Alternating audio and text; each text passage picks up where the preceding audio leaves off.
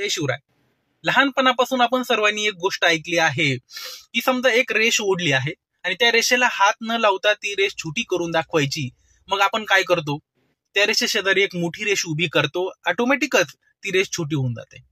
अशाच पद्धतीचं धोरण सरकारने आपल्या शिक्षणाबाबत लागू केलं आहे. ग्रामीण शिक्षणातली अत्यंत दयनीय अवस्था 2025 या सालामध्ये इथून पुढे ऑलरेडी ती सुरुवात झालेली आहे. इथून पुढे अतिशय दयनीय अवस्था ग्रामीण शिक्षणाची होणार आहे. जर आपण ग्रामीण भागामध्ये राहत आहात आणि आपण आपलं आयुष्य ग्रामीण भागामध्येच व्यतीत करण्याचं ठरवलेलं आहे, तर आपण ह्या गोष्टीकडे सर्व तरुणांनी जे ग्रामीण भागामध्ये राहत आहे, ज्यांची मुलं आता शाळेमध्ये जात आहेत, भविष्यात जाणार आहे, त्यांनी डोळ्यात अंजन घालून ही गोष्ट ऐकून घ्या, समजून घ्या, कारण हेच ग्रामीण शिक्षणाचं भविष्य असणार आहे. आज काय होतंय, ग्रामीण भागामध्ये अत्यंत मोठ्या मोठ्या संस्थांच्या मोठ्या मोठ्या शाळा पंचकृषीमध्ये उभ्या आहेत. चांगलं इन्फ्रास्ट्रक्चर देखील हळूहळू या शाळांमध्ये उभं राहिलेलं आहे. सरकारी अनुदान या शाळांमध्ये आहे. शिक्षकांना पगार देखील सरकारमार्फत मिळतात.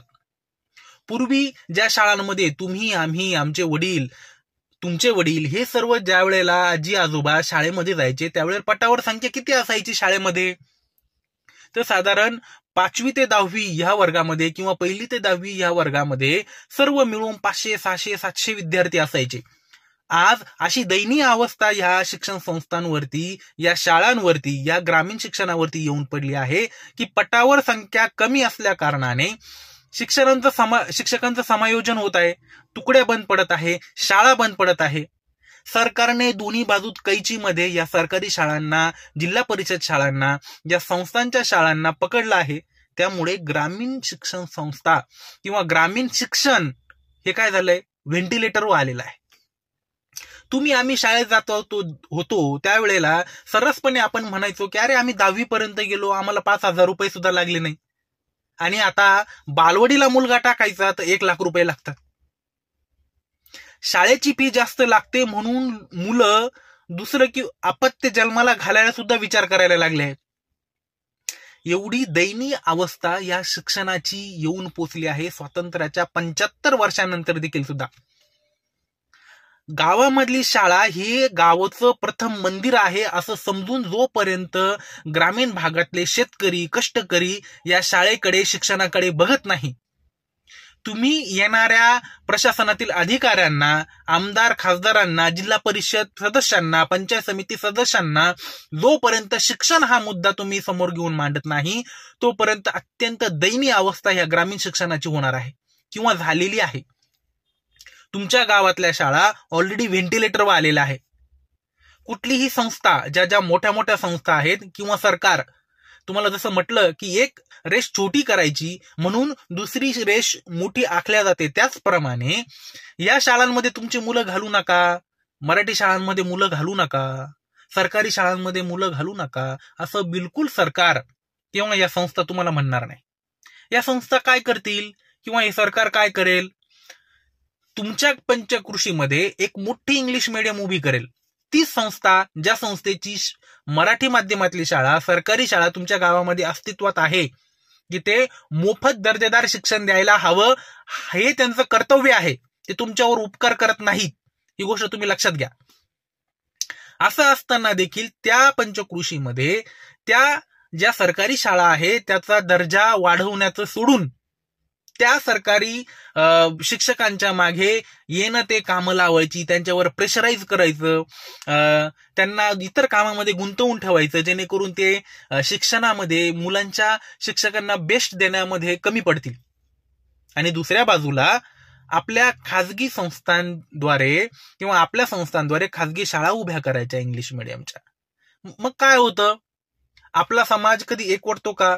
तर नाही. मग इथंही असंच होणार की समजा जर 100 विद्यार्थी आहे तर 100 विद्यार्थ्यांपैकी 30 विद्यार्थी ज्यांचे पैसे भरण्याची कपॅसिटी आहे ते त्या इंग्लिश मिडियम शाळेमध्ये जाणार, ती त्याच संस्थेची आहे. मग हळूहळू काय होणार, 30 ते 40 होतील, 40 ते 50 होतील, 50 ते 60 होतील, आणि ती जी मोफत दर्जेदार शिक्षण देणारी जी शाळा आहे ती शाळा बंद पडणार. मग या कष्टकऱ्यांसमोर, शेतकऱ्यांसमोर तुमच्या पुढे काय पर्याय उभा राहिला? त्या इंग्लिश मिडियम मध्ये पैसे देऊन शिक्षण घेण्यापासून तुम्हाला दुसरा पर्याय उरलाच नाही. मग अशा पद्धतीचा माइंड गेम हा मोठ्या प्रमाणात शिक्षण क्षेत्रामध्ये चाललेला आहे. हा तुम्ही वेळीच ओळखा. कांदा बटाटा या गोष्टीचे भाव वाढले, कमी झाले म्हणून आपण रस्त्यावर उतरून आंदोलन करणारे, पेटून उठणारे लोक, आपलं भवितव्य, आपली मुलं यांचं जे शिक्षण आहे त्याच्यावरती संपूर्ण कुटुंबाचं भविष्य अवलंबून आहे. असं शिक्षण, दर्जेदार शिक्षण जे मोफत मिळत होतं, हे शिक्षण या शिक्षण संस्थांनी किंवा सरकारने अतिशय शांतपणे प्रायव्हेट करून टाकलेलं आहे. आणि आम्ही काय करतोय? गप मुकाट्याने डोळे झाकून या गोष्टीच्या आहारी जातोय किंवा त्याच्या मागे मागे जातोय. चकार शब्दही आपण याच्या विरुद्ध बोलत नाही. शहरी भागामध्ये काय झालं? शहरी भागामध्ये देखील सर्व शिक्षणाचं प्रायव्हेटीकरण झालं. कोणीही सरकारी शाळांमध्ये टाकायला तयार नाही, कारण जाणीवपूर्वक यांनी हा शिक्षणाचा दर्जा खालावला. लोकांसमोर पर्यायच ठेवलेला नाही. तुम्ही शोधायला जरी गेले तरी तुम्हाला सरकारी शाळा चांगली सापडणार नाही. ऑटोमॅटिकच लोक 50,000 1,00,000 रुपये फी असलेल्या मुलांना बालवाडीमध्ये टाकतात, पहिलीत टाकतात. पदवी घेण्यापर्यंत त्या मुलाला खर्च किती येईल? लोकांच्या डोक्याला केस राहतील का? हा शिक्षण सरकार बिलकुल करत नाहीये आणि लोकही करत नाहीये. मेंढरासारखं डोकं खाली घालून एक चाललाय तर त्याच्या मागे चाललाय. या विषयावर बोलायला कुणी तयारच नाही. शिक्षण हा राजकारणाचा विषयच राहिलेला नाही, किंवा शिक्षण या विषयावरती मतदानच मागितलं जात नाही. मतदानाचा तो विषयच नाही, प्रचाराचा तो विषयच नाही, आणि लोकांच्या बोलण्याचा देखील विषय नाही. असं म्हणतात की शिक्षण हे वाघिणीचं दूध आहे. कसलं वाघिणीचं दूध? इतक्या जणांनी शिक्षण घेऊन जर हे गुरगुरायला हवे होते, हे तर सगळे मेंढरं झालीत. कारण या शिक्षण संस्थेला विरोध करायलाच कोणी तयार नाही.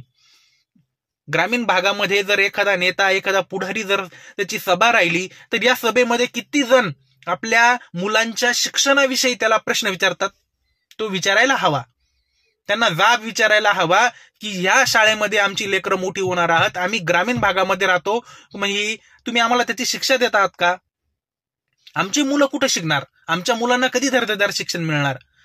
तुम्ही या ग्रामीण भागातील सर्व तरुणांनी जर तुमच्या शाळांकडे लक्ष दिलं नाही, अरे तुम्ही समाजसेवा सोडून द्या, किमान तुम्ही ज्या गावामध्ये राहता, जिथं तुमचं मूल शिकणार आहे, तुमचे बाचा बाची, पुतण्या पुतणी, तुमचे मित्रमंडळींचे मुलं जिथं शिकणार आहेत, या शाळेकडे लक्ष द्या. अन्यथा तुमची शाळा जी व्हेंटिलेटर वरती आहे ती कधी गतप्राण होईल हे तुम्हाला देखील समजणार नाही, आणि तुमच्याकडे पैसे भरून शिक्षण घेण्याशिवाय दुसरा पर्याय उरणार नाही. आता सरकारकडे पैसे नाही का? सरकारकडे पैसे आहे, शिक्षक आहेत, सर्व आहे. फक्त आणि फक्त इच्छाशक्ती कमी आहे. आणि यांना सर्वच्या सर्व या सरकारी शाळा, जिल्हा परिषद शाळा बंद करून सर्व खासगी शाळा उभ्या करायच्या आहे. एखाद्या शिक्षण संस्थेचं जर मेडिकल कॉलेज राहिलं, इंजिनिअरिंग कॉलेज राहिलं, तर यांच्यामधून जेवढं उत्पन्न त्या संस्थेला भेटत नाही त्याच्यापेक्षा जास्त उत्पन्न या इंग्रजी माध्यमांच्या शाळांमधून या संस्थांना मिळायला लागलं आहे. त्यामुळे त्यांचा मोटो देखील भविष्यामध्ये या ग्रामीण शिक्षण भागामधील सर्व संस्था हळूहळू बंद करून तिथे इंग्रजी माध्यमातील शाळा उभ्या करायच्या. म्हणजे जे शिक्षण मोफत मिळत होतं ते पैसे देऊन तुम्हाला घ्यावं लागेल. जर तुमच्या घरामध्ये 2 मुलं असतील तर एका वर्षाला 2 लाख रुपये तुम्हाला खर्च करावा लागणार आहेत. तुमचं उत्पन्न किती पटीने वाढवावं लागेल? एका मजुराचं उत्पन्न किती पटीने वाढावं लागेल? एका शेतकऱ्याला उत्पन्न किती पटीने वाढावं लागेल? याचा विचार आपण करायला हवा.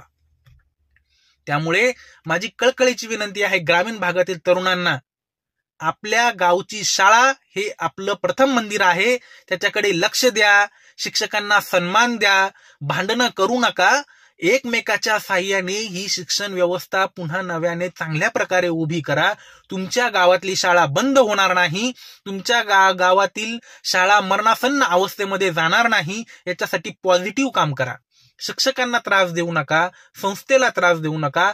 घिळीमिळीने सर्वांनी ती शाळा कशा पद्धतीने चांगली राहील, आपल्या मुलांना दर्जेदार पद्धतीने कशी शिक्षण मिळेल याच्याकडे लक्ष द्या. अन्यथा पैसे देऊन शाळा मुलांना शिकवावी लागेल. ग्रामीण भागामध्ये, शहरामध्ये वाटोळ झालेलंच आहे. जय शिवराय.